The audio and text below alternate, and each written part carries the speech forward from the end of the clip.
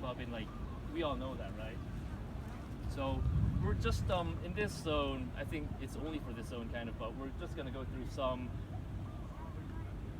clarifications that we've announced after the official rule has been published, and some of you might be familiar with it, some of you it might be a little bit new, and for some it might be something completely new. So let's go through a few of these and see how we get along, and then if we have more time we might go through some basics as well. Okay? So one of the big changes in the new rules would be about embedded balls, and now it's automatically extended to the general area. So we have a ball embedded over here, and in the past the spot where you would drop the ball was actually right behind where it was embedded.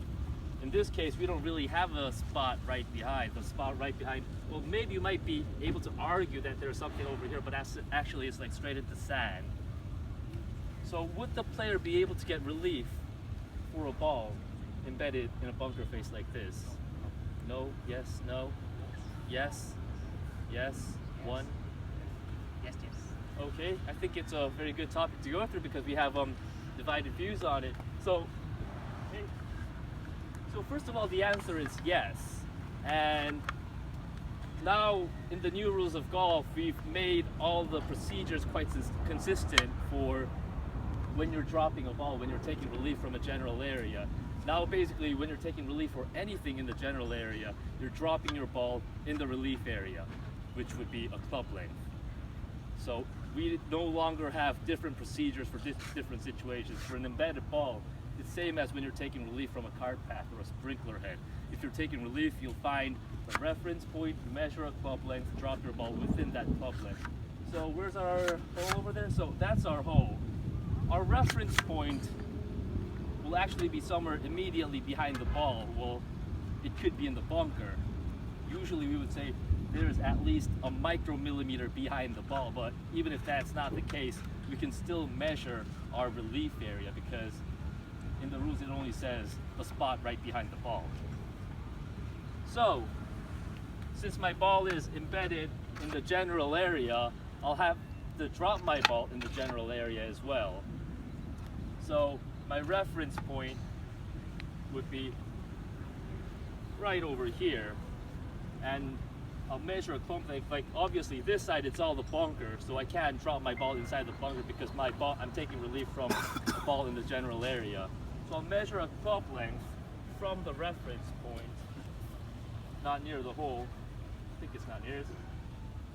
And this would be my relief area, this piece of cheese. So with my ball, I can clean it, I can substitute it now. Whenever you're dropping your ball or taking relief, you can now replace your ball, you can substitute your ball. I'll drop it from knee height. Can I drop it like this? Would this be knee height? No. No. Because it has to be knee height from my standing position. So I'll actually have to come up and drop my ball, knee height, and my ball's in play. So after this, I mean, some people might say, isn't that like a bit unfair? The ball was completely plugged. Well, that's the rule. I mean, relief area, we're using the same procedures, and it's not always you can take relief. I mean, sometimes you can have your ball embedded in a very odd spot. That's one of the clarifications we've announced later on. If you don't have a reference point or any part of the relief area inside the general area, in that case, you don't get any relief from it. But I would say that is something close to never happening. I would say like 99.99% there would at least be a tiny piece of cheese where you can at least start dropping the ball. It might end up to be 2 drops of place, or replace, and finding a place where the ball would come to rest, but there would always be a tiny piece of cheese. Remember when we say taking relief from red penalty areas, crossing the green, rolling back in, we always say there's at least this tiny piece of cheese where you can drop the ball. Same for this case. 99.99% there should be a tiny piece of cheese where you can drop the ball. Any questions on ball embedded? Yes. You If see the that? pin was there, this would be my relief area, not near the hole. This piece. Or if the pin was even more closer, it could be like this. But still, I would have this tiny piece of cheese to drop my ball. If the ball rolls into the bunker after I drop it, I'll drop it a few times, and then at the end, I'll be finding a place not near the hole where the ball would come to rest. So it's just like how we used to take relief from red penalty areas or lateral water hazards in the past. You can always find this little piece of cheese where it would work, unless the bunker is in a very odd V shape and your ball is exactly embedded at that very end. In most of the cases, there would always be a place to drop your ball. Would that be a situation where a player would call rules official to Well, in a major competition? yes, Yes. yes. I think one of the first rulings that happened was in January during the Singapore Open. Yeah, a player ball was embedded in the bunker face and had to measure that small piece of cheese, dropped a couple times, ended up placing the ball on the other side where it was like completely flat, and that's probably the first case of it. But even for tours or amateur players, this would be one of those where the players would be looking for a referee. So again, this was kind of a situation we created. I believe that some of the associations or tours are adopting some local rules about stacked turf face or bare soiled face. Do you have anything in Australia, stacked turf face, or in your hard card? Bare soil? Bare soil. So it seemed like there was a misunderstanding in some of our associations about what exactly a bare soil face is. Some might be able to argue, well, if there's a bare part in soil, you can call that bare soil, but I would say unless it's completely like flat shaped manufactured bare soil, everything else would just be a part of the general area. So let's say we don't really have much grass over here, but you still have a few sticking out. It's just like not that well maintained. You might have some soil, a bit of turf, a little bit of mix-up and everything. That wouldn't really be a bare soil face. So if your ball is embedded in an area like that, you still get relief, even you're adopting such a local rule. I don't think that stacked tar face would really be an issue in this part of the world. It's not something very common in Asia, but even if you're adopting another local rule saying bare soil face, most of the cases, unless it's completely manufactured soil, you will still be able to get relief from it. To be completely honest, this bunker was not the best example because it was actually all sand. So if a player came over to me and asked if they could get relief, I would have actually said no, because it's embedded in sand where it's higher than fairway height. But it was just an example to go through a ball embedded in the bunker face. Do we have any questions? Yeah, so for example, hot bunker in, say, around St Andrews or anywhere in Scotland, the face of the bunker is, say, that height. Yes.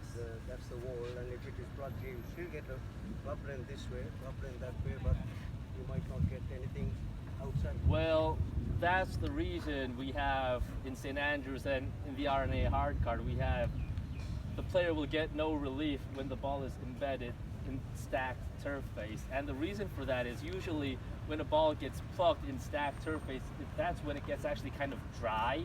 So the stacked turf will have like these small little cracks in it, and the ball will get plugged over there. And the stacked turf face is actually designed to put the ball back into the bunker. It's supposed to bounce back in. You're not really supposed to jump out of it. So that's the reason we have that local rule, and that's the reason we're not allowing players to use that as a very good excuse. It's slightly different from these areas because this isn't really, I mean, if it wasn't embedded, if it was just like lying over here, it's still playable. While stacked turf face, the concept is slightly different. Could be similar with bare soil faces. Any other questions? Right, let's move on to an immovable obstruction close to the putting green just down there. Sorry? Well, we don't have any code of conduct. I want your iPhone. There's so much of film. So much of film you use.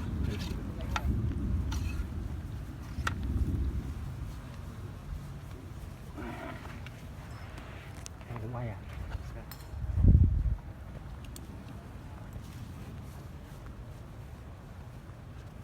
So, I'm pretty sure that a lot of you are quite familiar with the immovable obstruction close to putting green local rule, the 2x2 local rule. The RNA has finally adopted this local rule, but had a small change in it, and which was both the obstruction and the ball has to be on fairway height or less. I think this could be something useful for even one of your local rules, because when you look at the design of the course, if it's actually higher than fairway height, you were actually meant to chip your ball, and in many cases it might be a huge relief. You might have like a complete different lie to, you know, chip uphill rather than like slice or anything terrible. So that's the reason we've made that local rule. But let's say we don't have that local rule and we're just going to go through like the normal 2x2. So the ball and the sprinkler head, well, let's say this is a sprinkler head. Unfortunately, I couldn't find one, but the ball and the green and the sprinkler head is within 2 club lengths, and my ball and the sprinkler head is within 2 club lengths. I can get relief for my line of play, so I'll just have to determine where my nearest point of complete relief would be. I'll measure that point, and same procedure. I'll measure a club length, get my relief area, drop my ball in the relief area, and everything else would be straightforward. But I just wanted to introduce this because it was the first time the RNA has adopted the local rule with a slight tweak in it. The reason to explain why we adopted it in a different way, because it could become a huge advantage to the players, and at the same time it would be wasting a lot of time. Do we have any questions on the 2x2? No? What is 2x2? So, yeah, we call it 2x2. It's just like a kind of like a short term of like immovable obstructions close to putting greens. It's because the obstruction has to be within 2 club lengths from the putting green, and your ball has to be within 2 club lengths from the putting green as well. So that's why we just like kind of casually call it 2x2.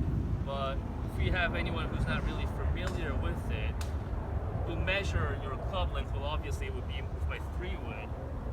Well, let's just say this is my only club. Well, that wouldn't really work. It's a putter. Okay, so it's within 2 club lengths from the putting green, and my ball is within 2 club lengths from the putting green as well. Then from the obstruction.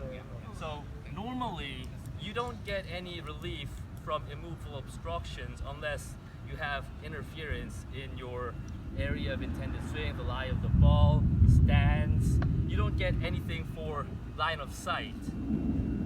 But if you adopt this local rule, you can get relief from line of sight. So let's say, I mean, I'm a terrible chipper. I'm better with my putter even off the rough. And this sprinkler head is just on the way. Then I can actually measure where there would be no interference, which would be just down here, because I'm going to putt like this. And then measure a club length, not near the hole. And this would be my relief area. So the relief procedure is pretty much the same as embedded balls or taking normal relief from cart paths, you know, like the easiest ones. It's quite consistent. It's supposed to be simple, and it's all the same when your ball is on the general area. You'll measure your relief area, drop your ball in the relief area. So now if I drop my ball anywhere over here, there would be no interference from the sprinkler head, and my ball's in play. The Quite player simple. can Drop. so the player can decide to chip from Yes, if the player wants to After chip this, from here, or yeah, it's we can completely make up to the changes player. manually as well. It's completely up to the player. What was it that you're talking about? Fairway height and So Depend on the So that's something that we've kind of tweaked in the RNA hard card. I believe that some of the associations are adopting the same.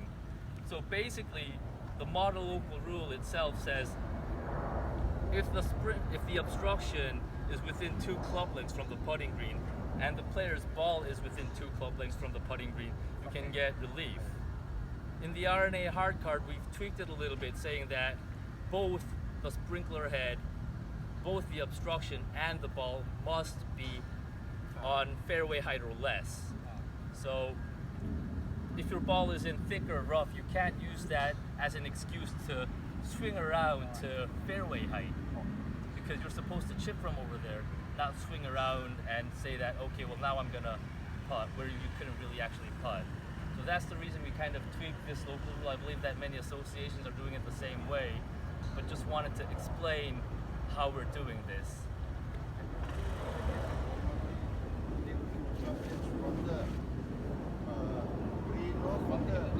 From the immovable obstruction. and then from the low rise one to from land to the green. 2 by 2. Yes. Okay, do we have any questions on this one? No, we're all quite clear? Yes, that is a local rule. Yes. So what we're going through over here, even about the stacked turf face earlier, would be something that is covered by the local rule. The embedded ball itself is general rule, but these are some very common local rules that are used in many amateur and professional events. It's we use it. The major tours have the same. So I thought that it would be a good idea to share this with you, because some of you might not really be familiar with it. Some of you might say, that was within 2 club lengths. Why did that referee say no to the player taking